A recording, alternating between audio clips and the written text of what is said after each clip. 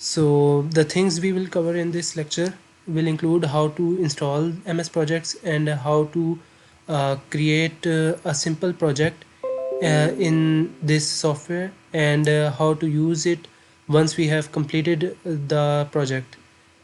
So first of all, आप सब लोगों के पास आई थिंक यूईटी की ईमेल आईडीज़ होंगी ऑफिशियल। आई थिंक सो कि आप लोग यूईटी से ही बिलोंग करते हैं। तो before we get into the cracked version, हमें कोशिश करनी चाहिए कि अगर कोई लेजिटिमेट ऑप्शन है तो उसको हम परस्यू करने की कोशिश करें। उसके लिए डिपार्टमेंट टू डिपार्टमेंट वेरी कर सकता है ये लाइसेंस, बट माइक्रोसॉफ्ट के अक्सर एचईसी के थ्रू काफ़ी यूनिवर्सिटीज़ के साथ डील्स होती हैं, तो माइक्रोसॉफ्ट के काफ़ी सॉफ्टवेयर आपको यूनिवर्सिटी के थ्रू ऑफिशियल भी मिल सकते हैं। सो उसके लिए क्या करना होगा, आपको अपने जो स्टूडेंट ईमेल है लाइक विद द @student.uit.edu के डोमेन के साथ, उससे आप माइक्रोसॉफ्ट के अकाउंट पे लॉगिन करें, व्यू अकाउंट पर जाएं एंड देन दिस इस आइकन पे क्लिक करें। आई हैव दिस ऑन, ये दूसरे ब्राउज़र में ओपन हो रही है। इसमें ऑफिस में जाकर आप जो है यहाँ पर आपको अपनी सारी ऐप्स जो हैं जिनके लाइसेंसेस वगैरह मिले होंगे उनको देख सकते हैं। सो इसका लाइसेंस हासिल करने के लिए आप अपने डिपार्टमेंट के सेमेस्टर सेल या फिर रिसर्च सेंटर में जाकर स्पेशल रिक्वेस्ट कर सकते हैं। इट में वेरी डिपार्टमेंट टू डिपार्टमेंट के आपके पास लाइसेंस हो या नहीं, बट ये सर्टेनली ये ट्राई कर सकते हैं। सेकंड ऑप्शन आपके पास है गेट इनटू पीसी, जो कि आपके पास काफ़ी सारे सॉफ्टवेयर्स को यूज़ करने के लिए अवेलेबल होता है। इसके थ्रू भी आप एमएस प्रोजेक्ट डाउनलोड कर सकते हैं। सो सॉफ्टवेयर की तरफ चलते हैं। जब भी आप ओपन करेंगे सॉफ्टवेयर को तो आपके पास ये स्क्रीन आएगी। पहले स्टार्टिंग स्क्रीन, यहाँ पर आपके पास कुछ टेम्पलेट्स भी होती हैं और डिफरेंट जो है आपके पास प्रोजेक्ट्स की, सॉफ्टवेयर वगैरह की उनकी टेम्पलेट्स मिलती हैं। I have some activation issue, therefore मेरे पास अभी ज़्यादा टेम्पलेट्स नहीं आ रही हैं, बट यहाँ पर आती हैं टेम्पलेट्स। सो मैं ब्लैंक प्रोजेक्ट पर ही जाऊँगा। ब्लैंक प्रोजेक्ट में आप देख सकते हैं कि हमारे पास ये एक विंडो ओपन होती है। सो पहले एक डिफ़ाइन कर लेते हैं कि हमें एमएस प्रोजेक्ट की ज़रूरत क्यों पेश आती है। बचपन में आप सब ने स्टडी के टाइम पर अपने लिए टाइम टेबल्स वगैरह बनाए होंगे कि मैं 2 घंटे पढ़ूँगा, 2 घंटे बाहर जाकर खेलूँगा, रात को खाना 8 बजे खाना है, 10 बजे सो जाना है। वो टाइम टेबल एक बहुत सिंप्लीफाइड फॉर्म है एमएस प्रोजेक्ट्स की। तो जब आप जाएंगे इंडस्ट्री में, आप इवेंचुअली इंशाल्लाह किसी मैनेजरियल पोजीशन पर अगर आएंगे तो आपको मैनेज करना होगा डिफरेंट रिसोर्सेज और टास्क को टाइम के साथ, और ये एक कॉम्प्लेक्स इशू होता है जिसके लिए आपको सॉफ्टवेयर की हेल्प लेनी पड़ती है। सो जब आपके पास प्रोजेक्ट्स काफ़ी ज़्यादा टाइम के स्पैन पे टाइम के ऊपर आपके पास लेंथी स्पैन पर फैले हुए होते हैं तो आपको सॉफ्टवेयर्स की हेल्प लेनी पड़ती है। इसके लिए आपके पास फॉर एग्ज़ाम्पल कोई सॉफ्टवेयर का डेवलपमेंट प्रोजेक्ट हो सकता है जिसमें सबसे पहले आपके पास डिफरेंट फेजेस हों, like planning, development, test, user testing, debugging, इस तरह से डिफरेंट फेजेस। इसके अलावा जो आपके कंस्ट्रक्शन प्रोजेक्ट्स होते हैं उसमें आपके पास कॉन्ट्रैक्टर से आपने कॉन्ट्रैक्ट करना है, सरिया वगैरह लाना है, बिल्डिंग होनी है, उसके बाद फिनिशिंग के काम है। तो सबकी कॉस्ट, रिस्पॉन्सिबिलिटीज़, ड्यूरेशन वगैरह ये मैनेज करने के लिए यूज़ होता है।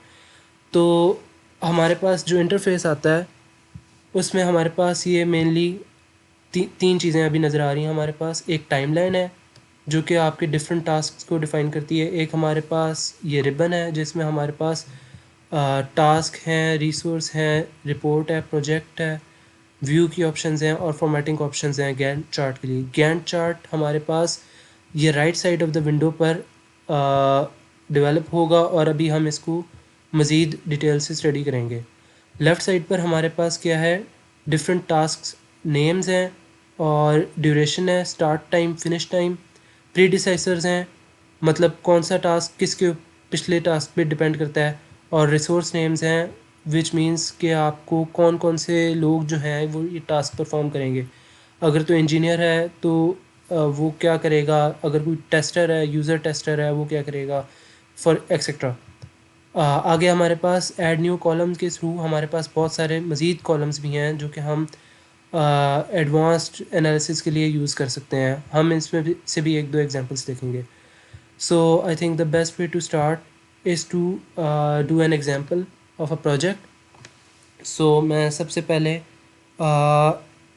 एक सॉफ्टवेयर डेवलपमेंट के प्रोजेक्ट की एक एग्जांपल ट्राई करना चाहूँगा, और इसमें हमारे पास लेट्स से टास्क नेम में टाइप करते हैं माय प्रोजेक्ट। उसके बाद इनिशिएशन फेज़, इसके अंदर मेरे पास दो सब स्टेप्स होंगे, project approval and project project proposal and project approval. तो अगर आपके पास कोई मिस्टेक हो जाए तो आप किसी भी टास्क को डबल क्लिक करके उसकी डिटेल्स में जा सकते हैं। यहाँ मैंने इसका नाम चेंज करना है प्रोजेक्ट प्रपोजल करके।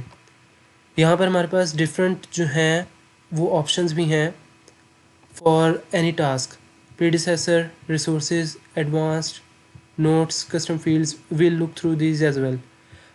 Before writing in all the projects, हमें एक और काम करना चाहिए था स्टार्ट में, वो ये कि ऑप्शंस फाइल में जाकर हम थोड़ी सी चेंजिंग करेंगे।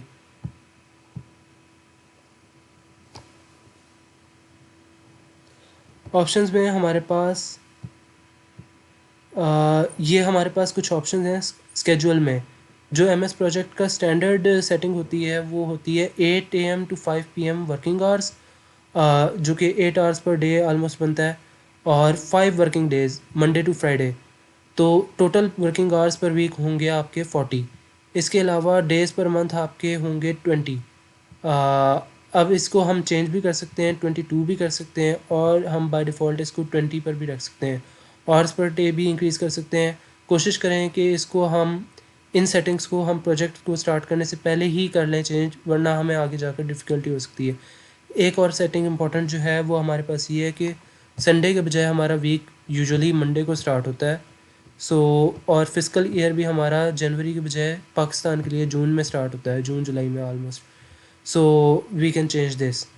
इसके अलावा हमारे पास डिस्प्ले में करेंसी हमारे पास चेंज कर सकते हैं हम। यूएस डॉलर है करंटली। आई डोंट थिंक कि इसमें PKR पाकिस्तानी रुपीज़ अवेलेबल होगा। Okay, it is available. So ये ₹1 के तौर पर हम इसको एडजस्ट कर सकते हैं। बाकी भी इसमें कुछ ऑप्शंस होंगी, तो आप उन पे एक्सपेरिमेंट वगैरह कर सकते हैं। हम इनको सेलेक्ट कर देंगे। So coming back to the task creation,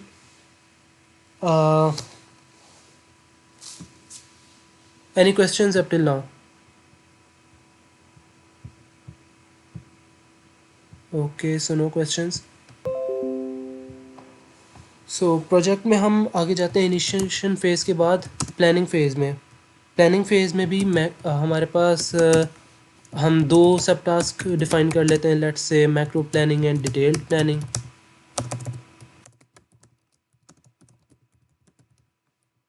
उसके बाद हम एग्जीक्यूशन फ़ेज़ एक डिफ़ाइन कर देते हैं। एग्जीक्यूशन फ़ेज़ के अंदर हम मज़ीद सब स्टेप्स डिफ़ाइन कर देते हैं, कॉन्सेप्ट के, design, development, test, integration,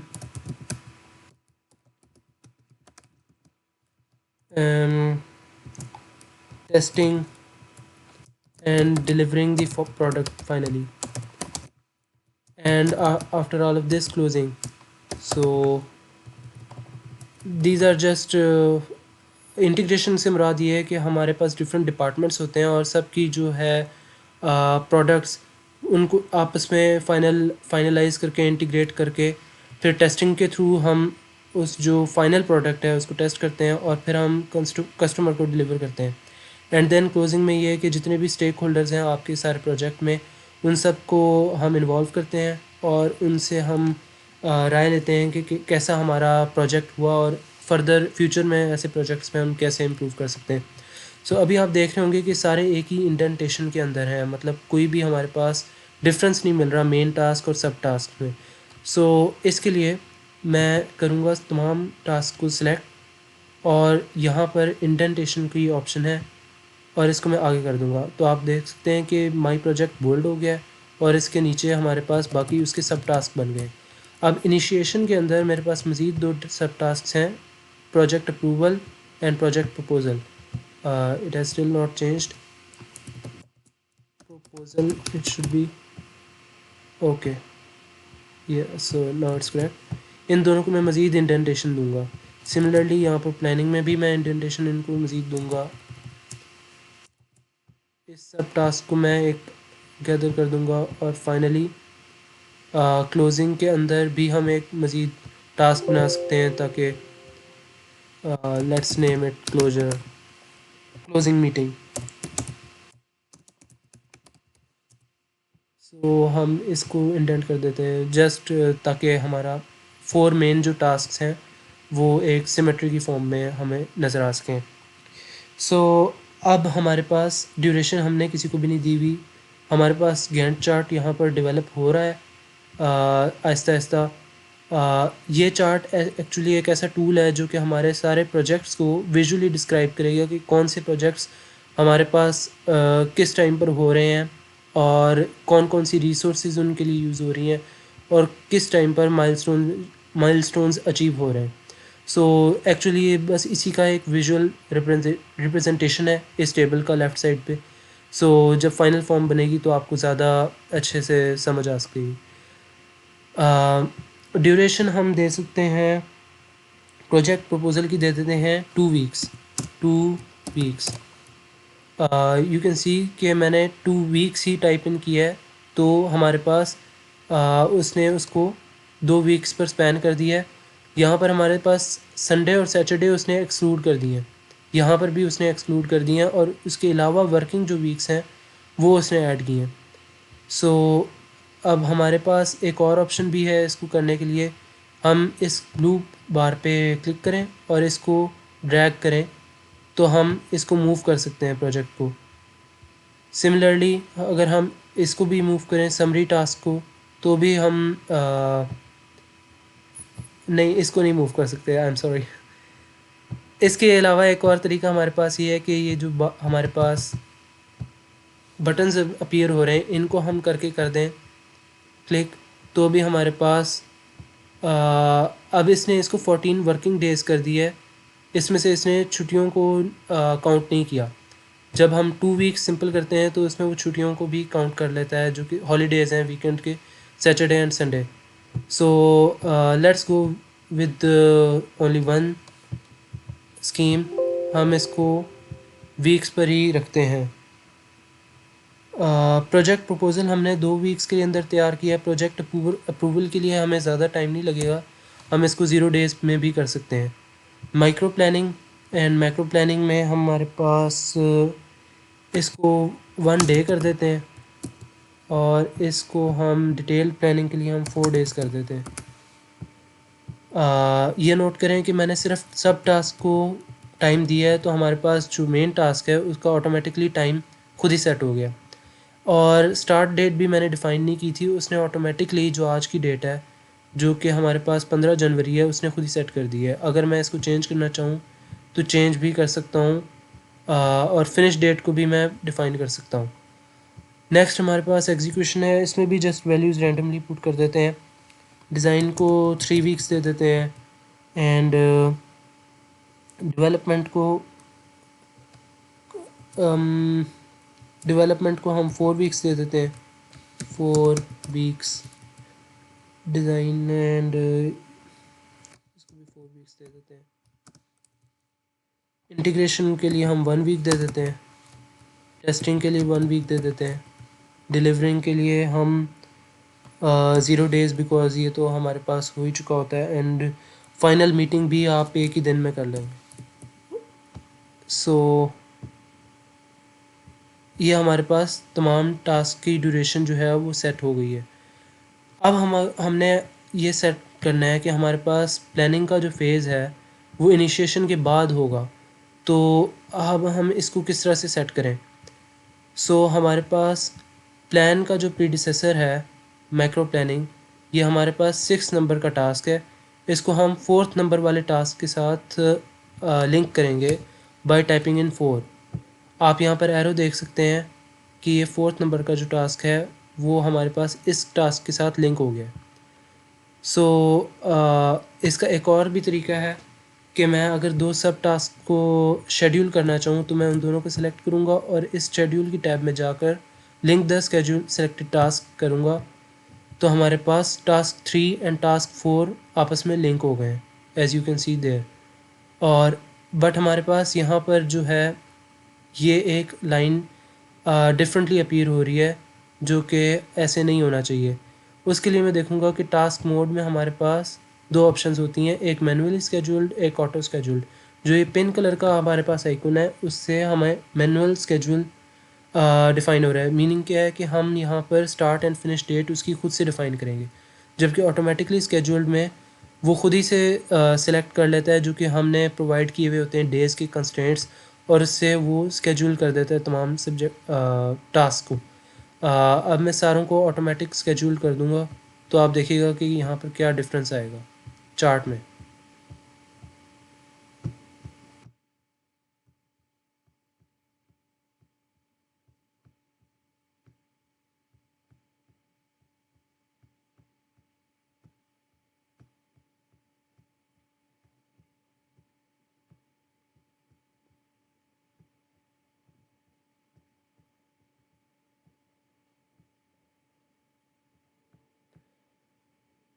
okay, so here is our chart. अभी हमने प्रीडिसेसर्स डिफ़ाइन नहीं किए हैं कम्प्लीटली, इस वजह से भी हमारा जो है वो डिफरेंस आ रहा है। सो इन दोनों टास्क को हमने आपस में स्केड्यूल कर दिया था, इन दोनों को भी आपस में लिंक कर देते हैं हम थ्रू दिस कमांड। इन सारों को हम आपस में लिंक कर देते हैं। By linking we mean that एक टास्क जो है वो दूसरे टास्क के बाद होगा, दोनों इकट्ठे नहीं होंगे। इन सम केसेस इकट्ठे भी हो सकते हैं, उसके लिए आप मैनुअली स्केड्यूल कर दीजिएगा इसको इस बार से लेकर। सो करंटली हम एग्जांपल को सिंपल रखेंगे और हम इन सब को मैनुअली स्केड्यूल कर देंगे। अब लास्ट ऑप्शन पर मैं जब क्लिक करूँगा तो हमारे पास स्केड्यूल करने के लिए ऑप्शन नहीं होगी, क्योंकि हमारे पास ये एंडिंग टास्क है। सो यहाँ पर मैं मैनुअली इसको प्रीडिसेसर को डिफ़ाइन कर दूँगा, जो कि हमारे पास डिलीवरिंग का पिछला टास्क है। सो इसका प्रीडिसेसर हो जाएगा 14 नंबर का task which is delivering. Okay, so हमारे पास आलमोस्ट कंप्लीट हो गया है हमारा चार्ट। अब इसको कम्प्लीटली व्यू करने के लिए हमारे पास व्यू टैब में जाएंगे हम और इंटायर प्रोजेक्ट पे क्लिक करेंगे, तो हमारा चार्ट स्केल डाउन हो गया है परफेक्टली, ताकि हम इसको सही तरह से देख सकें। इसके अलावा हमारे पास ये जूम टैब भी है, जिसके थ्रू हम ग्राफ्स को चेंज कर सकते हैं, उसके स्केलिंग को। Now that we have scheduled our task, let's see what these symbols mean. तो यहाँ पर हमारे पास एक डायमंड भी है जो कि हमें नज़र आ रहा है। ये अमूमन इंडिकेट करता है किसी माइलस्टोन को। माइलस्टोन्स यूजुअली 0 डेज़ पर एंड हो रहे होते हैं, मतलब उनके लिए एक डिसीजन मेकिंग प्रोसेस होता है, और उसके लिए आपको टाइम नहीं रिक्वायर्ड होता, but it signifies an important step, an important decision step. So इससे आपको एक अच्छा रिप्रेजेंटेशन अंदाज़ा हो सकता है कि हमारे पास कब जो है प्रोजेक्ट एंड हो रहा है। यहाँ पर आई थिंक ये वाला जो प्रोसेस है इसको हमने सही तरह से इंडेंट नहीं किया है। इसका प्रीडिसेसर होगा detailed planning 7। So yes, here we go. अब हमारा प्रोजेक्ट जो है वो एक सिक्वेंशियल ऑर्डर में नज़र आ रहा है। हमारे पास अगला क्या है टास्क के हम रिसोर्सेज एलोकेट करें, कौन कौन से हमारे पास लोग होंगे जो कि इन टास्क को यूज़ करेंगे। सो हम यहाँ पर गैंट चार्ट में जाएंगे और मोर व्यूज़ में क्लिक करेंगे and resource sheet. So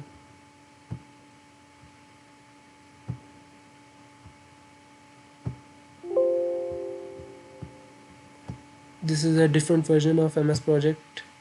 Okay, so यहाँ पर रिसोर्स शीट हमारे पास आ गई है। इसमें हम अपनी डिफरेंट रिसोर्सेज को डिफ़ाइन करेंगे। मैं लेट्स से स्टेक होल्डर एक डिफ़ाइन कर देता हूँ जो कि इन्वेस्टर है, देन प्रोजेक्ट मैनेजर, देन हमारे पास एक engineer let's say 1 and then an engineer 2 and then test user. So हमने 5 जो हैं वो डिफ़ाइन कर दिए हैं अपने रिसोर्सेज। अब हमारे पास इनके स्टैंडर्ड रेट्स वगैरह भी हैं, कॉस्ट पर यूनिट पर यूएस डॉलर भी है। हम इसको रेट पर आर लाइक पर आर उनके वर्क का कितना हम उनको पे करेंगे। आप अगर मैनेजर हैं तो आपके अंडर कौन कौन से ऐसे लोग हैं जिनको आपको पेमेंट करनी पड़ेगी पर आर वर्क के हिसाब से। So let's say stakeholder profit चाहता है तो उसका हम कर देते हैं 5,000 रुपीज़ या let's say 15,000 rupees per hour. Okay, and project manager he is a senior person, so उनको 10,000 रुपीज़ पर आवर डिफ़ाइन कर देते हैं। These are just hypothetical rates. इसके अलावा इंजीनियर्स को 5,000, इसको भी 5,000 रुपीज़ पर आवर कर देते हैं। हम डबल क्लिक करके भी उनकी डिफरेंट सेटिंग्स वगैरह को हम चेंज कर सकते हैं। कॉस्ट में स्टैंडर्ड रेट पर जाकर आप चेंज कर सकते हैं इन चीज़ों को। फिल वक्त इनको एज इट इज़ ही मैं चेंज कर रहा हूँ 5,000 rupees per our. And test user को हम दे देते हैं 1,000 rupees per hour. Okay, so now we have our rates define. तो हम वापस अपने गैंट चार्ट वाले व्यू पर आते हैं और यहाँ पर हम रिसोर्सेज एलोकेट कर देते हैं। सो प्रोजेक्ट प्रपोज़ल के लिए मैं असाइन कर दूँगा, ये ड्रॉप डाउन मेन्यू को सिलेक्ट करूँगा और PM1 एंड स्टेक होल्डर को मैं प्रोजेक्ट प्रपोज़ल के लिए कर दूँगा। एंड प्रोजेक्ट अप्रूवल के लिए भी मैं इन दोनों को ही रखूँगा। नेक्स्ट प्लानिंग में मैं इंजीनियर्स को भी इन्वॉल्व करना चाहूँगा और PM1 एंड स्टेक होल्डर दोनों को करूँगा। डिटेल्ड प्लानिंग के लिए स्टेक होल्डर की ज़्यादा ज़रूरत नहीं है तो मैं प्रोजेक्ट मैनेजर एंड इंजीनियर्स को रखूँगा। एग्जीक्यूशन और कॉन्सेप्ट में PM को भी मैं डाल देता हूँ। डिज़ाइन में जस्ट इंजीनियर्स को रखता हूँ एंड डेवलपमेंट में भी मैं बस इंजीनियर्स को ही रखूँगा। इंटीग्रेशन में डिफरेंट डिपार्टमेंट्स होंगे सो मैं प्रोजेक्ट मैनेजर को भी डाल देता हूँ। टेस्टिंग में इंजीनियर्स भी होंगे और टेस्ट यूज़र को इंक्लूड करेंगे। एंड फाइनली डिलीवरिंग में PM1 स्टेक होल्डर इन सब को मैं डाल इंजीनियर्स की बल्कि ज़रूरत नहीं है as such. And closing meeting में तमाम जो जितने भी हमारे पास इन्वॉल्व थे इस प्रोजेक्ट में उन सब को हम इन्वॉल्व करेंगे ताकि उनका फीडबैक ले सकें और जान सकें कि वो कैसा फ्यूचर में क्या इम्प्रूवमेंट्स देखना चाहेंगे। So as you can see here, यहाँ पर हमारे पास तमाम जो भी रिसोर्सेज थी वो हर टास्क के आगे हमें शो हो रही हैं।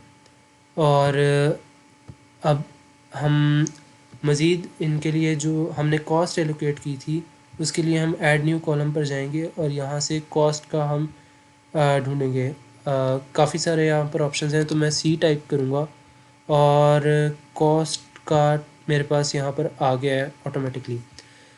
सो आप देख सकते हैं कि पर आवर रेट्स के हिसाब से उसने कैलकुलेट किया है और ऑटोमेटिकली यहाँ पर कितनी कॉस्ट पूरे प्रोजेक्ट की बन रही है उसको उसने टाइम से जो है मल्टीप्लाई किया है, वीकेंड्स वगैरह निकाल के, हॉलीडेज़ निकाल के और 8 आवर्स पर वीक को डिफ़ाइन करके उसने ये कॉस्ट कैलकुलेट की है which is around 9 million rupees, 10 million rupees. And यहाँ पर हम देख सकते हैं कि हर स्टेप में कितनी हमें जो है वो कॉस्ट लग रही है। सो as you can C execution phase में हमें सबसे ज़्यादा कॉस्ट लग रही है। तो यहाँ पर हमें जो भी एज अ मैनेजर आप डिसीजन टेक करना चाहें तो यहाँ पर आप कॉस्ट को कट डाउन कर सकते हैं। लेट्स से मैं जो डेवलपमेंट है उसके लिए एक इंजीनियर को रखता हूँ और डिज़ाइन के लिए मैं दूसरे इंजीनियर को रखता हूँ, जस्ट लाइक दैट। सो आप देखें कि कॉस्ट हमारी सिग्निफिकेंटली ऑलमोस्ट 1.5 मिलियन जो है वो कट डाउन हो गई है। सो यूँ करके आप डिफरेंट एक्सपेरिमेंट्स वगैरह कर सकते हैं। नेक्स्ट हमारे पास है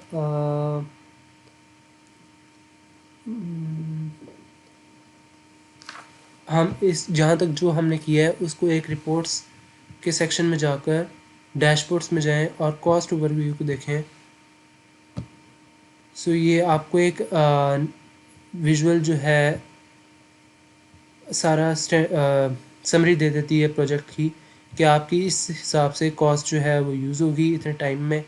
टोटल कॉस्ट भी बता दी जाती है। यहाँ पर आपके पास डिफरेंट जो हैं वो यूज़फुल बिट्स ऑफ इंफॉर्मेशन है और हर रिसोर्स जो है उसका आपका अलहदा जूम में कुछ इशू आ रहा है यहाँ पर। आई थिंक मैं इसको रीलोड करूँ।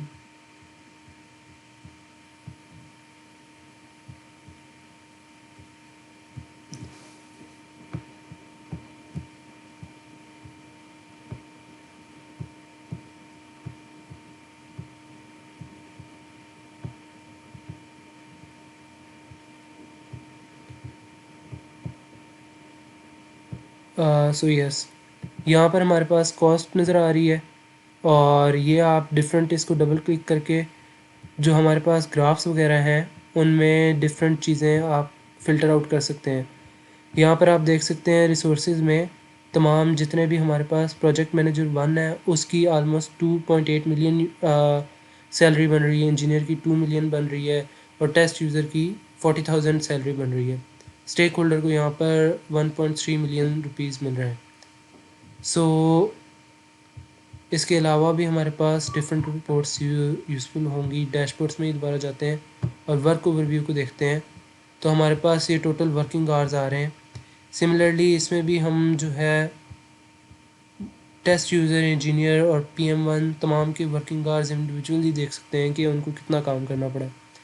So almost 400 working hours maximum use हुए हैं और टोटल तमाम रिसोर्सेज को मिलाकर 1200 आवर्स के करीब हमें काम करना पड़ा है। We will go back to our main view.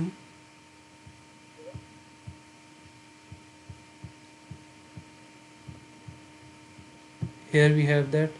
So this is the Gantt chart, which is a graphical representation of our task.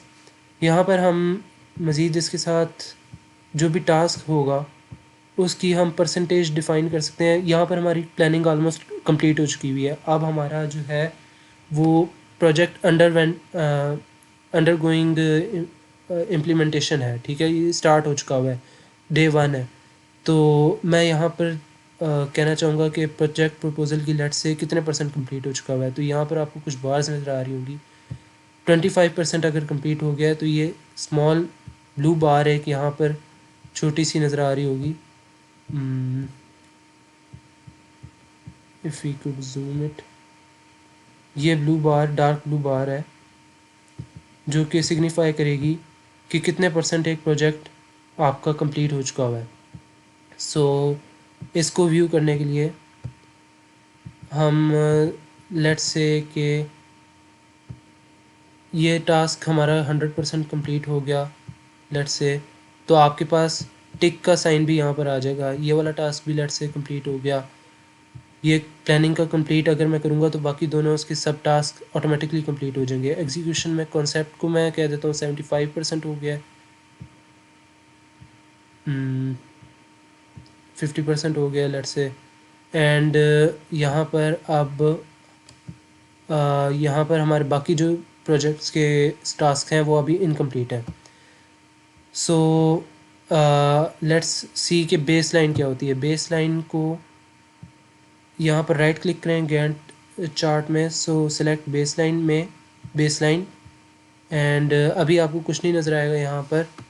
We will go to project and set baseline and just keep the setting same. तो आपको यहाँ grey bars नज़र आएंगी जो कि आपके पास blue bars के नीचे आ गई हैं।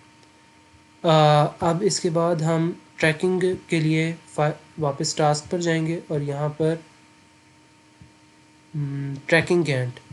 सो अब आपको यहाँ पर नज़र आएगा जो ब्लू टास्क हैं वो आपके कंप्लीट हो चुके हैं। ये हमारे पास, लेट्स स्केल इट प्रॉपर्ली, ये हमारे पास जो प्रोजेक्ट था 50% कंप्लीट हो चुका हुआ है कॉन्सेप्ट का, और बाकी अभी हमारे पास रिमेनिंग है। अब बेस लाइन का क्या फ़ायदा होता है, लेट्स से कि हमारा कोई प्रोजेक्ट में डिले आ गया है और कॉन्सेप्ट वाला टास्क जो है वो 3 वीक्स के बजाय 4 वीक्स में कंप्लीट होगा। सो नाउ आप देख सकते हैं बेस लाइन हमारा इनिशियल प्लान का प्रोजेक्ट था जो कि वहीं पर है अभी जहाँ पहले था, और जो अब डिले होने की वजह से हमारे टास्क हुए हैं वो रेड लाइंस हमारी आगे चली गई हैं। और ये पहले 50% कंप्लीट था, ये हमारे पास एम एस प्रोजेक्ट ने खुद ही से कैलकुलेट किया है कि अब चूँकि डिले हो गया है प्रोजेक्ट, तो ये न्यू जो परसेंटेज बनती है वो 38% बनती है। और इस हिसाब से हमारे बाकी जो हैं वो ट्रैकिंग हम कर सकते हैं कि कितना हमारा ओवरऑल डिले हुआ है प्रोजेक्ट। नाउ हमारे पास एक और चीज़ भी आती है which is the network diagram.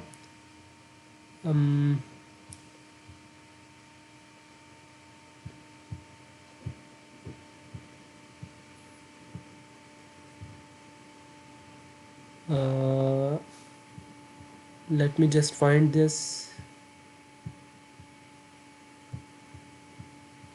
Okay ये नेटवर्क डायग्राम है। सो नेटवर्क डायग्राम हमें बताती है कि कौन सा आपके पास क्रिटिकल पाथ है। क्रिटिकल पाथ का मतलब ये होता है कि आपका लाइक डिफरेंट टास्क होते हैं। अभी तो हमने एक बहुत ही सिंपल टास्क बनाया है जिसमें तमाम जो टास्क हैं हमारे वो लीनियरली मूव कर रहे हैं, मतलब एक ख़त्म होता है तो दूसरा शुरू हो जाता है, दूसरा ख़त्म होता है तीसरा होता है। एक्चुअल में ऐसा नहीं होता। एक्चुअल में मल्टीपल टास्क एक ही टाइम पर एट अ टाइम चल रहे होते हैं और उसके बाद कोई तीसरा टास्क शुरू होता है। सो इसको विजुलाइज करने के लिए हम क्रिटिकल पाथ के कॉन्सेप्ट को दोबारा से टास्क में जाते हैं गैंट चार्ट वाले व्यू में, एंड यहाँ पर हम जो है प्रीडिसेसर्स को थोड़ा सा चेंज करते हैं। लेट्स से कि जो मैक्रो प्लानिंग वाला स्टेप है वो भी आपका 3 पर डिपेंड करता है, और हमारे पास ऑलरेडी प्रोजेक्ट अप्रूवल का भी 3 पर डिपेंड कर रहा था। इसके बाद हमारा कॉन्सेप्ट वाला टास्क भी लेट्स से 3 पर डिपेंड करता है। ये दोनों टास्क जो हैं हमारे प्रोजेक्ट के 3 पर डिपेंड करते हैं, and let's change it a bit more, इसको भी हम 3 पर डिपेंड कर देते हैं। सो अब दोबारा जाकर देखते हैं हम नेटवर्क डायग्राम को।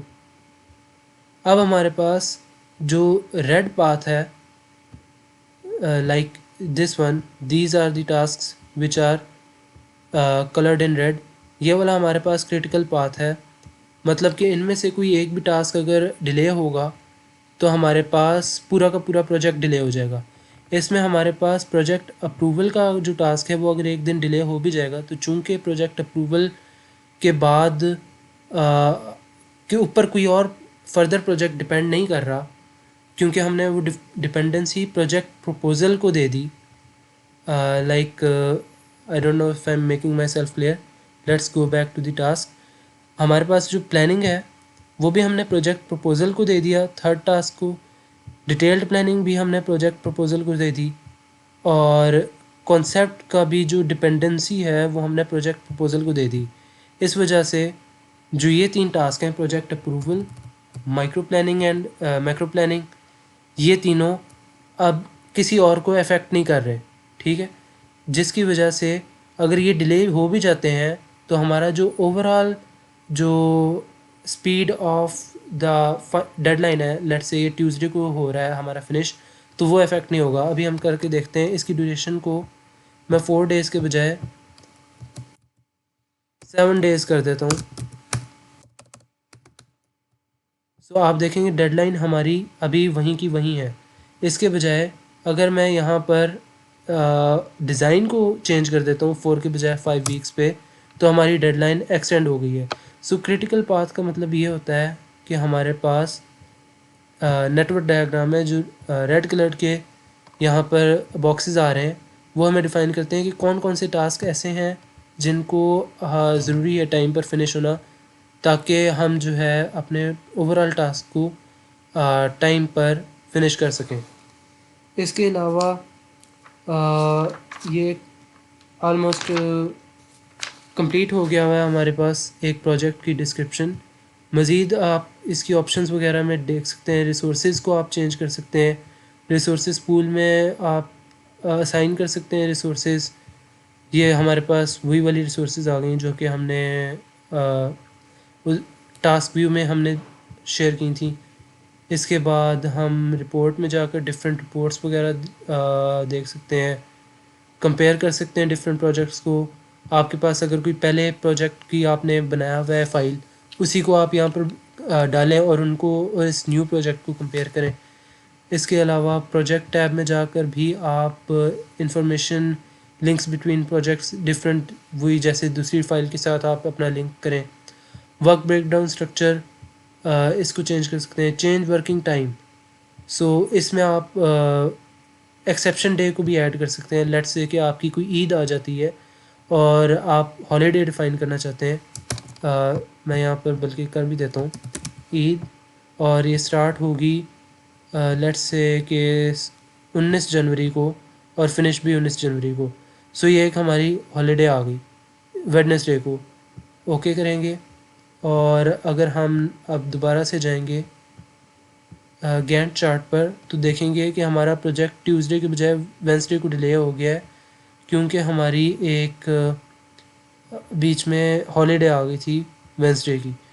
सो ये डिफरेंट आप ऑप्शंस वगैरह इनके साथ प्ले कर सकते हैं। सॉर्टिंग कर सकते हैं आप अपने डाटा की by start date and by finish date. Similarly आप